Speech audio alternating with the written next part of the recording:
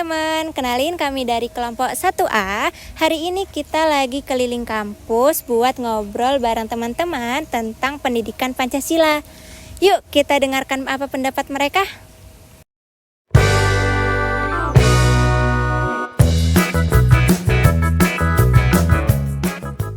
Halo. Boleh kenalan dulu mungkin Kak, ini namanya siapa dan dari jurusan apa? Namaku Deborah Mirmanityas, panggil aja Deborah, dari jurusan Sastra Inggris, Fakultas Ilmu Budaya. Kenalin, aku Ahmad Jatibi Haji, biasa dipanggil Haji. Aku dari jurusan Ilmu Komputer FIPA. Aku dengan Junior. Oh, dari jurusan apa nih? Sejarah angkatan 22.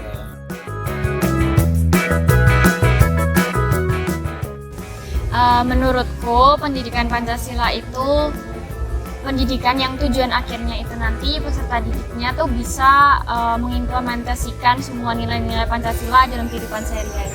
Jadi tujuan utamanya itu. Menurut aku pendidikan Pancasila itu adalah pendidikan yang mengajarkan tentang nilai-nilai dan penerapan Pancasila di kehidupan kita gitu.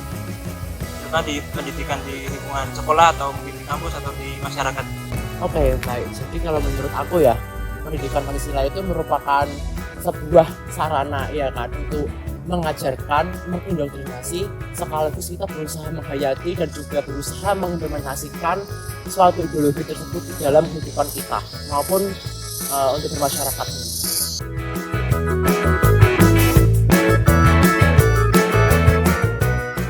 Ya, mungkin nilai Pancasila ketiga mungkin ya, Persatuan Indonesia. Kampus itu kan ada banyak macam-macam orang dari mahasiswa dari berbagai daerah kan. Nah itu nilai yang saya terapkan tuh kayak berteman dengan semua itu. Jadi nggak cuma ke satu kelompok atau suatu ini doang, satu suku. Jadi semua teman sama orang saya berteman gitu. Di kampus, karena tiap hari ke kampus juga, menurutku nilai kemanusiaan atau yang dari sila kedua. Dalam kehidupan kampus kan kita kayak bergaul sama teman, terus nanti ada kerja kelompok, ada organisasi juga. Jadi di dalam setiap situasi itu aku sering menerapkan nilai kemanusiaan yang adil dan beradab itu. Jadi semua yang aku kerjakan tuh bisa fair sama bisa terbagi rata dan juga adil buat semuanya. Oke, baik. Kalau bagi aku Pancasila yang relevan itu adalah dimana kita selain belajar ya kan, kita juga harus bisa menghayati dan juga mengamalkan dalam kehidupan kita masing-masing.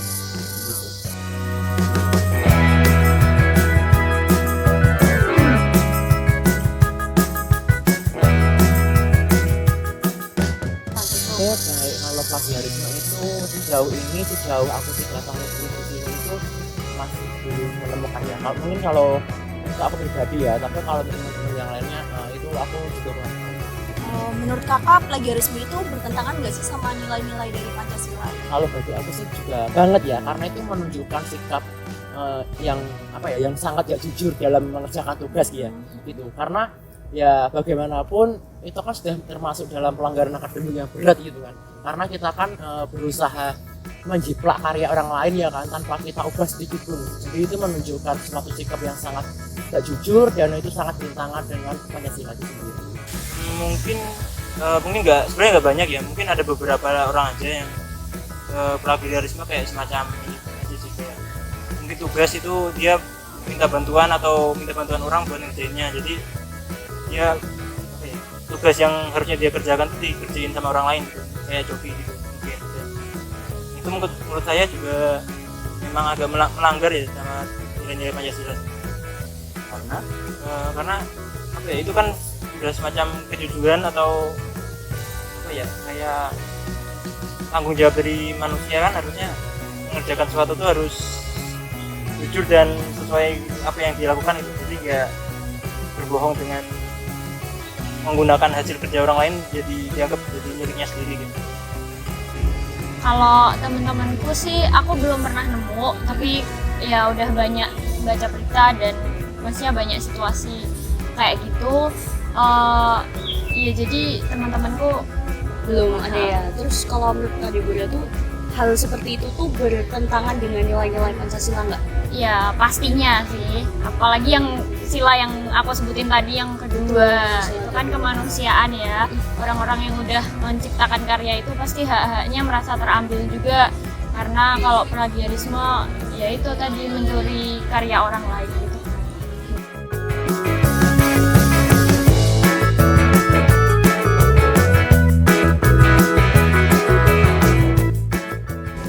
Ya pastinya relevan karena dalam kehidupan sehari-hari pun tanpa kita sadari kita juga menerapkan nilai-nilai Pancasila.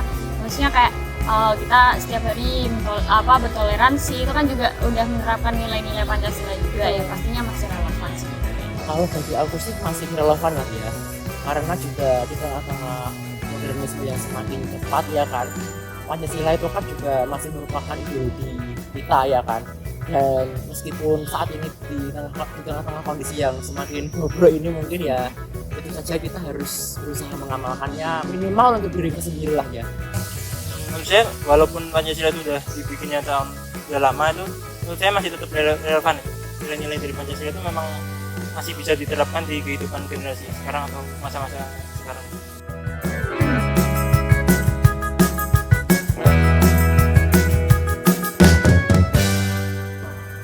Kalau dari aku sih ya masih begitu lah untungnya. Itu sih. Kalau aku sendiri karena pas SMA tuh kayak terekam jelas guru PKN tuh, guru Pancasila tuh bagus, orangnya baik dan bagus dan kayak ya jadi ngena banget gitu. Jadi sampai sekarang sih masih di hati ya nilai-nilainya gitu. Kalau dari aku sendiri ya Pancasila itu ya termasuknya di hati ya. Jadi nggak cuma dihafalin tapi juga dilakukan di setiap kegiatan, di setiap hari, setiap melakukan sesuatu tuh selalu nilai-nilai Pancasila itu selalu kita jalankan. Oh, berarti Pancasila selalu ada di hati. Iya. Kakak. Yes. Oke, mungkin itu aja. Makasih banyak atas sharingnya. Terima kasih banyak udah meluangin waktunya untuk sharing bareng kami di sini. Oke, terima kasih banyak Kak Junio udah sharing. Semoga Sama-sama. nilai-nilai Pancasila bisa terus kita terapkan di kehidupan sehari-hari dan juga di kampus. Terima kasih. Siap. Setelah mendengar penjelasan tadi, gimana nih pendapat dari kalian? Silakan tulis di kolom komentar ya. Terima kasih dan sampai jumpa. Dadah.